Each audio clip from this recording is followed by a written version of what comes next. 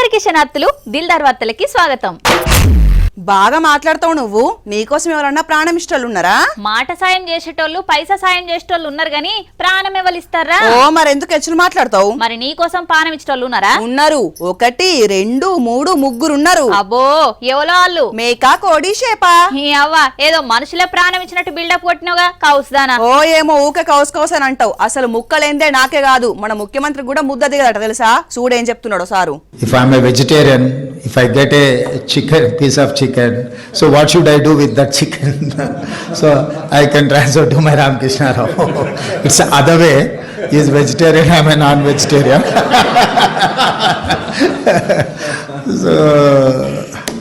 so I'm purely non-vegetarian, weekly 7 days, only 24 hours. ఇన్నరా ముఖ్యమంత్రి రేవంత్ రెడ్డి సార్కు దినం ముక్కలేందే ముద్ద దిగదట. సారు టిఫిన్ చేసినా కౌసు ఉండాల్సిందే, మధ్యాహ్నం భోజనం చేసినా మళ్ళా రాత్రి రొట్టె తిన్నా, దేంట్లకైనా ముక్క మస్ట్ ఉండాల్సిందేనట. అందుకే ఇంత ఎనర్జీగా ఉంటున్నాడట సారు. మీరంటే ఉన్నోళ్ళు 365 రోజులు ముక్క కూర దొరుకుతుంది. మీరు ఎవరింటికి పోయినా పెద్ద సార్ వచ్చిందని వండి పెడతారు. మామూలు మధ్యతరగతి జనాలు వారానికి ఒక్క పారంటేనే జేబులు బునుకులు ఆడుతున్నారు. తెలంగాణ సీఎం కు ముక్క లేకపోతే ముద్ద దిగది, అదే ఆంధ్ర సీఎం కు ముక్క అంటే ముక్కిరుస్తాడు. Sir pure non veg.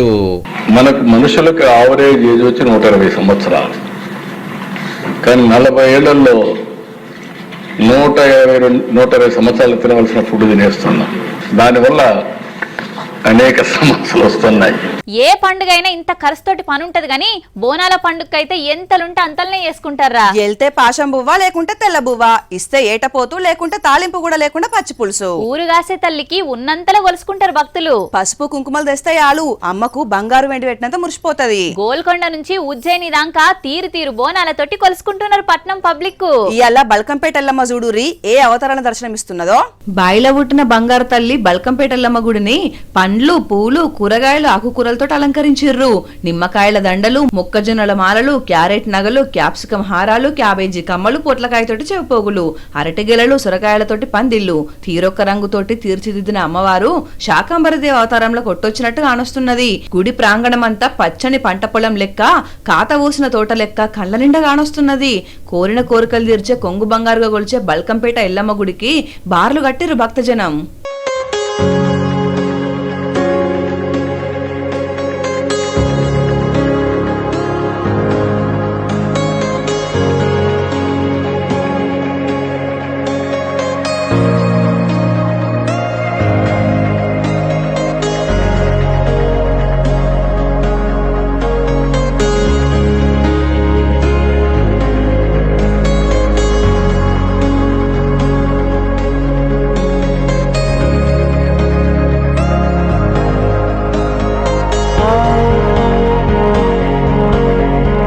ఆషాఢ మాసం అంటేనే అమ్మలకు ఎంతో ఇష్టమైన మాసం.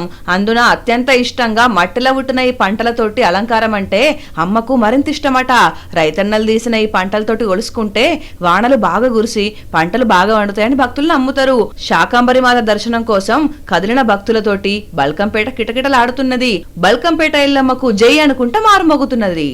ఆషాఢం అంటే ఆడోళ్లకు చిన్న సంబరం ఉండదు గారా. కిలోల కొద్ది చీరలు, చేతికి మైదాకు, అమ్మవార్ల బోనాలు, అబ్బో పండుగలన్నీ మనకే. మొన్న ఒక 10 కిలోలు కొన్నావా చీరలు? ఎక్కడరా, నేనేం గుంజుకోపోను గాని 5 కిలోలు కొన్నా. నీ అసంటోళ్ళు ఇంటికి వస్తే పెట్టేతందుకు. అబ్బో పెట్టుకోతల పోసక్క ఆషాఢంలో 10 మందిని విడిచి పెట్టినట్టే చెప్తున్నది. నా ముచ్చట్లయితే గుంజుకొచ్చి బజార్లు వేస్తావు, నీ ముచ్చట్లయితే గురిగిల దాచి పెడతావు కదా. నా ముచ్చట నీ ముచ్చట కాదు గాని సిరిసిల్ల నేతన్న ముచ్చట కూడా పట్టుకొచ్చిన చూద్దాంపా.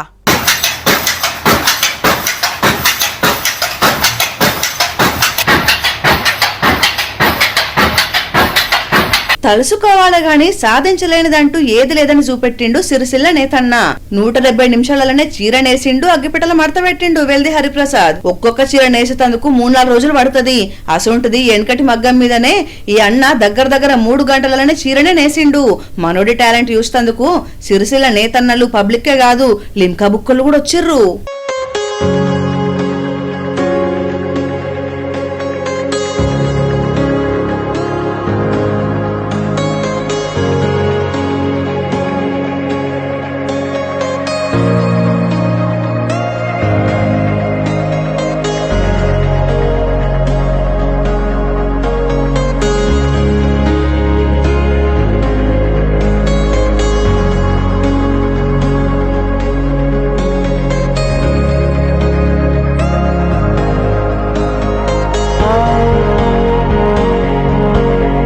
శభాష్ హరిప్రసాద్ అన్న, చీరంటే ఏదో చిన్నదని అనుకునేరు. 5.5 మీటర్ల పొడవు 45 అంగుళాల వెడల్పుతోటి అందమైన చీరని నేసిండు. అయితే ఇంత తక్కువ టైంలోనే చీరనే మగ్గం మీద తయారు చేసేందుకు చాలా రోజుల నుంచి అన్న కష్టపడ్డాడట. మిషన్లకు కూడా సాధ్యం కాని పనిని మగ్గం మీద నేసిండని మెచ్చుకుంటున్నారు జనాలు. నేను చిన్నప్పుడు ఒక కళ గనేదానిరా. ఈ కలలే అద్దనేటిది. అరే నిజంరా అంటే నేను పాట పాడతానా లేదా? వద్దన్నా వాడతావు. అయితే ఆ పాటతోని పాటుగా వీణ వాయించాలనేది నా కళ. అంటే మొన్న మోడీ సార్ కు బాబు సార్ గిఫ్ట్ ఇచ్చిండు బొబ్బిలి వీణ, అదేనా? నువ్వు భలే గుర్తుపట్టినవరా బుజ్జి. నీకు సార్ను చూసా కదా సడన్ గా గుర్తుకొచ్చింది. ఇప్పట్లెక్క ఫోన్లా టీవీలా ఒకప్పుడు గిట్లాంటి కళలే పిల్లలకు టైం పాస్ ఉంటుండే. అందుకే అప్పుడు కళలు బతికినాయి, ఇప్పుడు కనుమరుగైతున్నాయి. ప్రపంచ వ్యాప్తంగా వలికిన బొబ్బిలి వీణ కూడా మూగబోయే పరిస్థితి వచ్చింది చూడు కళాకారులు చెప్తున్నారు. బొబ్బిలి యుద్ధమే కాదు, బొబ్బిలి వీణ కూడా చరిత్రలో గుర్తుండిపోయే వాయిద్యం. అది సంగీత సాధనమే కాదు, మన సంస్కృతి సంప్రదాయానికి గుర్తు. ప్రపంచమంతా పేరువైన బొబ్బిలి వీణ పలుకులు రాను రాను తగ్గిపోతున్నాయి. ఆదరణ అమ్మకాలు తగ్గుతుంటే కళాకారులు మాత్రం పొట్ట ఎంపుకొని ఎన్ని రోజులు కళను బతికిస్తారు? విజయనగర సామ్రాజ్యంలో వీణ వాయిద్యాలతోటి మారుమోగేడిది. రాజ్యసభలల్లా సంగీత కళాకారుల కోసం కొన్ని వందల కుటుంబాలు ఈ వాయిద్య పరికరాల తయారీ మీద జీవనోపాధి పొందేటిది. ఇప్పుడు కాలం మారింది, ఆదరణ తగ్గింది. అదరువు కోసం కళాకారులు వృత్తి మారిపోతున్నారు. కొలువులు చదువులతోటి వృత్తి కళాకారులు తగ్గిపోతున్నారు.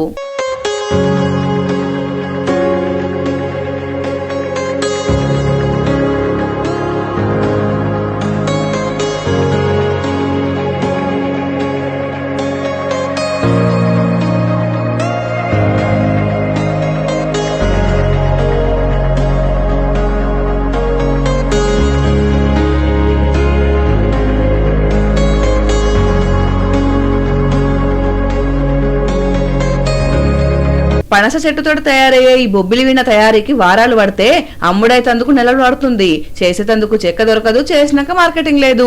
చరిత్రను కాపాడేతందుకు వృత్తిని బతికించేతందుకైనా సర్కారులు కళాకారులను ప్రోత్సహిస్తే, కనీసం ఆదాయం వాళ్ళకి అందిస్తే భరోసా కల్పిస్తే తప్ప బొబ్బిలి వీణ పలుకులు మూగవయ్యే రోజు రాకుండా ఉంటదని అంటున్నారు.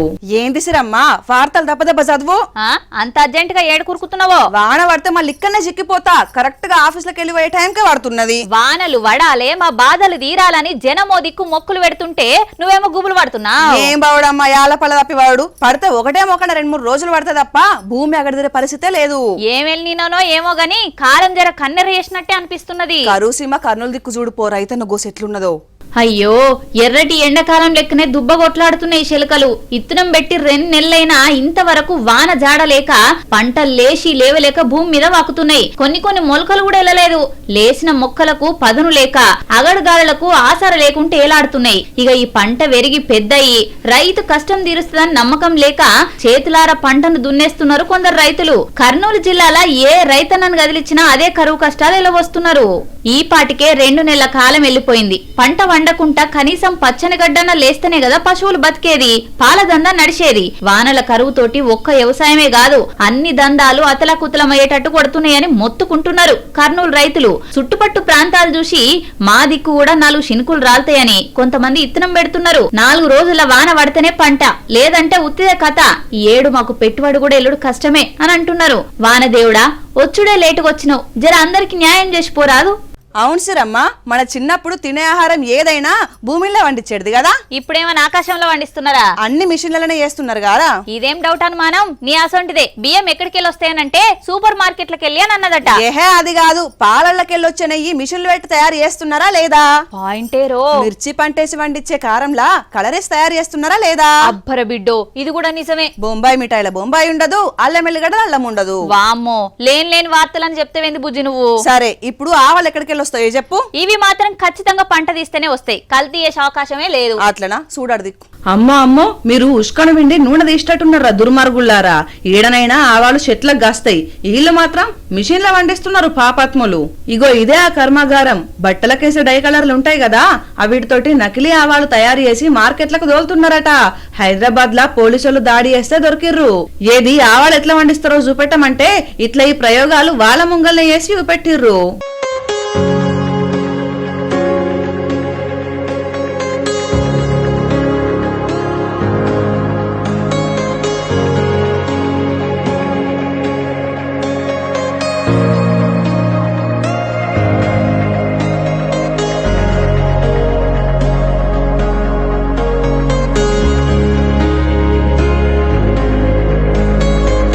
అగ్గువకు దొరికే ఆవాల్ని కూడా కల్తీ చేసి జనాలను ఏం చేద్దాం అనుకుంటున్నారా అయ్యా? అయినా చెమట తీసి స్వచ్ఛమైన పంట తీసిన రైతుల్ని నమ్మితే మనకి బాధ ఉండకపోవు.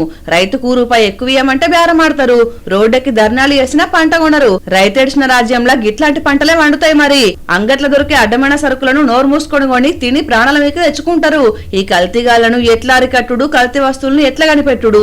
జనాలు చూస్తున్నారా? భద్రంగా ఉండరు. మరి కాదేది కవితకు అనర్హం అన్నట్టు కాదేది దొంగతనాలకు అనర్హం. పాత చెప్పులే కాదు, కొబ్బరి చిప్పలు కూడా ఇడిచిపెట్టారు. ఇది పాతకాలం నుంచే వస్తుంది కదా. కొబ్బరి చిప్పలు, పాత చెప్పుల నుంచి మొదలైన వీళ్ళ చోరీలు రోడ్లు, కరెంటు స్తంభాలు కూడా రాత్రికి రాత్రే మాయం చేసే రేంజ్ కు రీచ్ అయినాయి. బీహార్ గురించి నువ్వు చెప్పేది అక్కడ అంతే.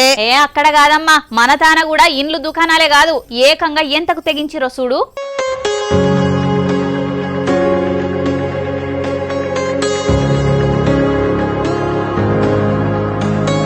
రే ఏంట్రా ఇది? మరి గిట్లేగా పడ్డరేమ్రా? కొంచెమైనా వెనక ముందు ఆలోచన ఏరారా? హైవేల మీద డివైడర్ ఐరన్ రాడ్లను ఎత్తుకుపోతున్నారట దొంగలు. చిలకలూరిపేట బైపాస్ రోడ్డు మీద చేసిర్రు ఈ ఘనకార్యం. వరుస పెట్టి ప్రతిరోజు ఈ ఇనుప రాడ్లు ఎత్తుకోబోతున్నారట. సర్కార్ సొమ్ము అయితే ఎవ్వరు పట్టించుకోరు అని అనుకున్నారా ఎట్లా? మంచిగా రోజు వీటిని ఎప్పుకపోయి ఏ ఇనుప సామాన్లకు అమ్ముతున్నారో ఏం పాడో. ప్రొఫెషనల్ దొంగల పనా లేకుంటే చేతి ఖర్చులకు దొంగ అవతారాలు ఎత్తిన చోట దొంగల పనా? ఎవరో జల్దిన గుర్తుపట్టకపోతే ఇక వరుస పెట్టి ఇప్పుకపోతారు కావచ్చు. వార్త చెప్పు బుజ్జి అనంటే మంచిగా ఆవలింపులు తీస్తున్నావు. అరే నీతోటి నాకేందమ్మా ఈ కీసులాట? పని పాతర పెట్టి జాతర చేసినట్టు ఆఫీస్ లో ఏంది మరి నీ ఆవలింతలలో? ఇక నీతోటి నాకు టార్చర్ ఎక్కువ అవుతుంది. అయితే ఏం చేద్దామంటావు? మరి పని సక్కా చేయాలని చెప్తే నీకు కోపం వస్తున్నా? అది సర్కార్ కొలువు కొడితే భవిష్యత్తు మంచిగా ఉంటదని మా వాళ్ళు ఎప్పుడు వెనకపోతిని. అంటే నీకు కూసోబెట్టి నౌకరిస్తుందా ఏం సర్కారు? కూరకబెట్టి నిద్రపోయినా ఏం కాదంటున్నా. ఎవరమ్మా పండుకొని పనిచేసాక ఆఫీసర్లు? ఇగో ఈ బల్లె చూడిపోగి పంతులు గారిని. ఆహా, కుంభకర్ణుని లెక్క బల్ల మీద ఎట్లా వండుకున్నాడో చూడుర్రి. పాఠాలు చెప్పే పంతులు అవ్వ నేను బడికొచ్చేదే నిద్రపోయేతందుకన్నట్టు ఎంత దర్జాగా వండుకున్నాడో కదా. పిల్లగాండ్లకు క్లాసులు చెప్పేతందుకు రాత్రి నిద్ర లేకుండా బగ్గనే ప్రిపేర్ అయినట్టున్నాడు. గందుకే బల్లకొచ్చేసరికి నిద్ర మేఘాలు కమ్ముకొచ్చినాయి. ఆయంత గుర్రు పెట్టి బెంచ్ మీదనే బజ్జున్నాడు ఆదర్శ పంతులు. యూపీ కన్నౌజ్ జిల్లాలో జరిగింది గిది. ఇక సారే ఆదమర్చి నిద్ర పోయినాక పిల్లగాండ్లు ఏం చేస్తారు ఎప్పుర్రి? ఇక మంచిగా ఫోన్లలో బొమ్మలు చూసుకుంటా ఎంజాయ్ చేస్తారు. స్లీప్ మోడ్లున్న సార్కు నిద్ర డిస్టర్బ్ కాకుండా ఉండాలని పోరల చేతిలో ఫోన్ పెట్టింది కూడా పంతులు గారి ప్లానే అయి ఉంటది. మరిగా యథా రాజా తథా ప్రజ అన్నట్టే ఉన్నది బల్ల పరిస్థితి. ఈ వీడియో సోషల్ మీడియాలో వైరల్ అయ్యేసరికి లక్షల జీతాలు తీసుకునేది గిసొంటి ఘనకార్యాలు చేసేతందుకేనా అని గరమైతున్నారు గీ ముచ్చట తెలిసినా అక్కడ జనాలు. కానీ గింత కూడా భయం భక్తి లేకుండా బల్లెనే కూని రాగాలు తీస్తున్న పంతులు గారి మీద పెద్ద ఆఫీసర్లు ఏమి యాక్షన్ తీసుకుంటారో చూడాలే మరి. ఇవల్ల ఇలాంటి దిల్దార్ వార్తలు మళ్ళొచ్చే దిల్దార్ వార్తల్లో మళ్ళా కలుద్దాం. అంతవరకు చూస్తూనే ఉండండి వనితా టీవీ. నమస్తే.